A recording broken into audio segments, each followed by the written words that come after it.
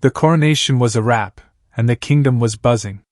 Dale was officially crowned queen, with Dennis, or rather, Lin Tian in Dennis's body, right beside her as the new king. Their massive, blinged-out carriage, pulled by golden horses, rolled through the streets of the dwarven kingdom. A crowd of dwarves lined the route, checking out the new royals who were flanked by a serious-looking security detail of soldiers. On one side of the street, the female dwarves were totally losing their minds. Whispers zipped through the crowd, all centered on the gossip spread by the queen's sister. Was it true? Was the handsome dude riding with Queen Dale that much of a legend? The word was he had ultimate, record-shattering stamina, the kind that could satisfy anyone. The idea that this guy, Dennis, had broken some ancient dwarven record for pleasure made every woman who hadn't been with him green with envy. The chatter built to a crescendo of screams about how unbelievably manly and hot Prince Dennis was. The dwarven dudes, though? They were having the opposite reaction. They stood there, pissed off and confused. With their burly builds and serious stamina, they couldn't wrap their heads around how this seemingly regular guy had outdone them all. How could someone like Dennis possibly be stronger than them? It didn't make any sense.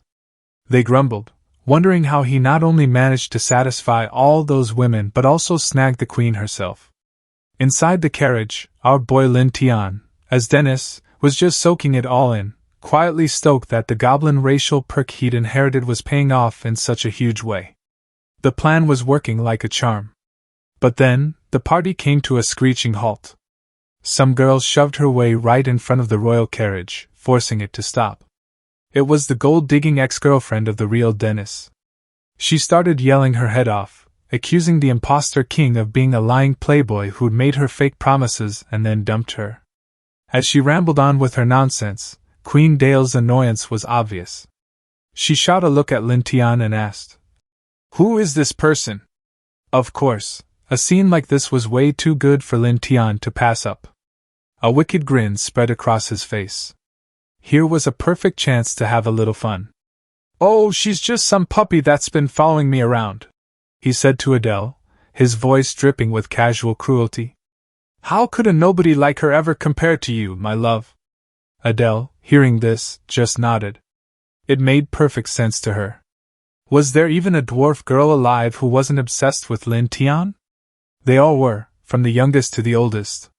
And after experiencing his talents firsthand, both she and her sister were absolutely sure of his devotion. This random girl was clearly just delusional.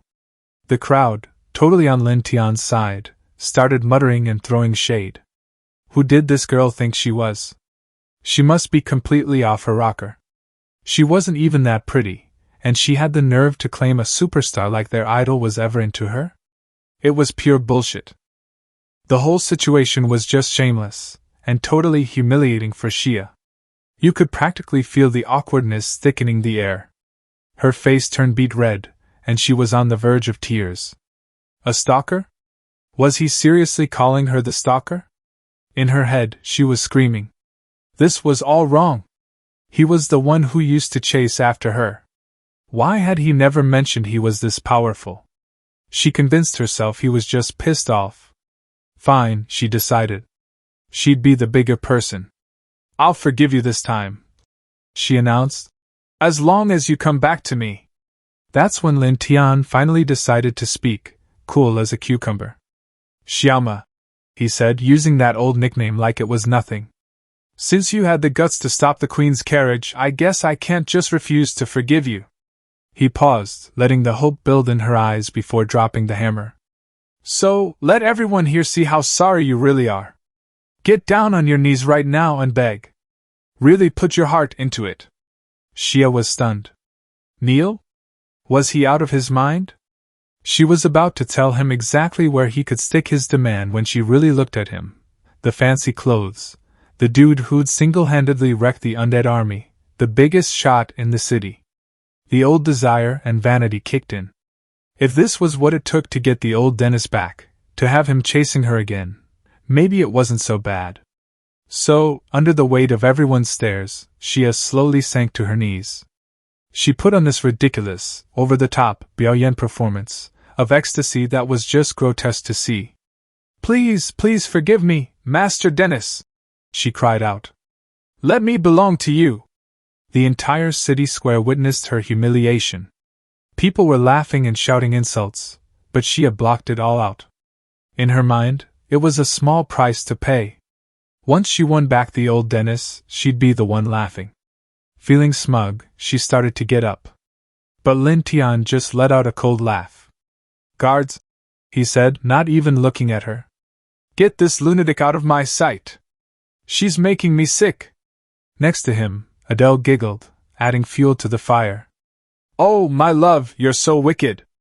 And just like that, Xia's fantasy shattered. She felt like her whole world was splitting apart. He'd deceived her. Dennis! She shrieked. I did what you said. Why won't you forgive me? I'm even letting you chase me again, letting you sleep with me. Don't you want that? Lin Tian finally turned to her, his expression completely indifferent. With trash like you? He replied.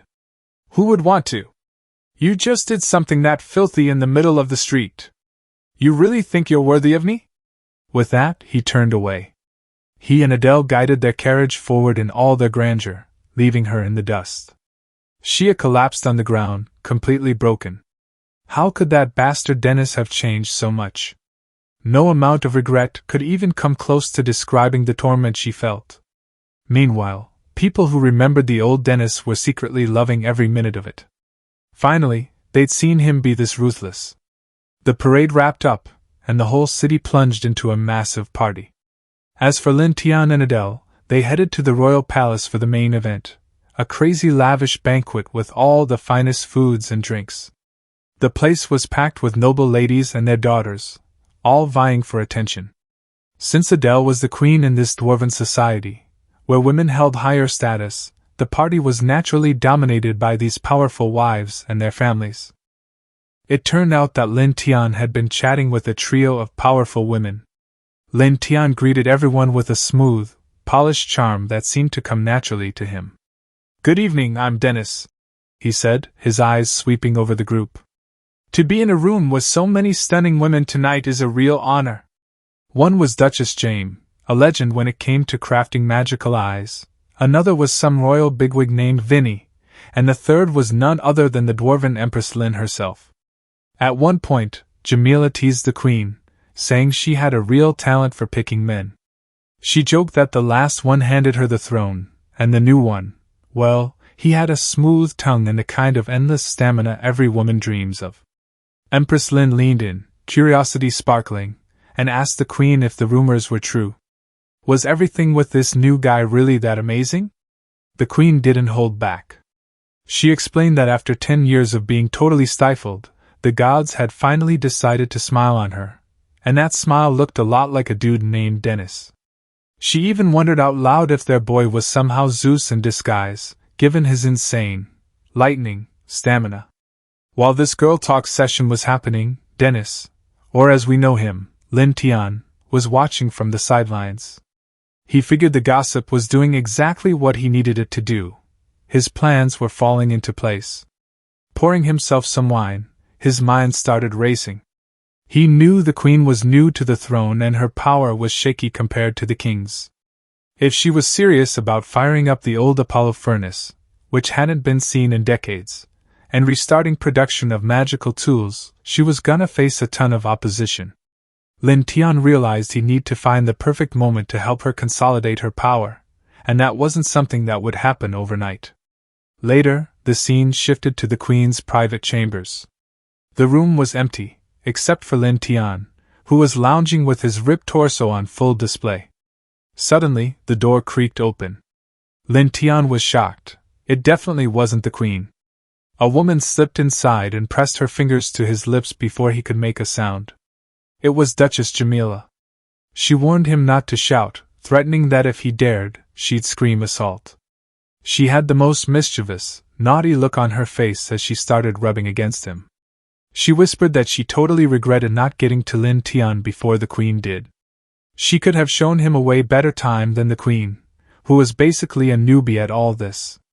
As the Duchess got more hands-on, a stunned Lin Tian managed to ask if this was really a good idea, especially with the queen potentially walking in. He was starting to wonder if every woman in this dwarven kingdom was this direct and fearless.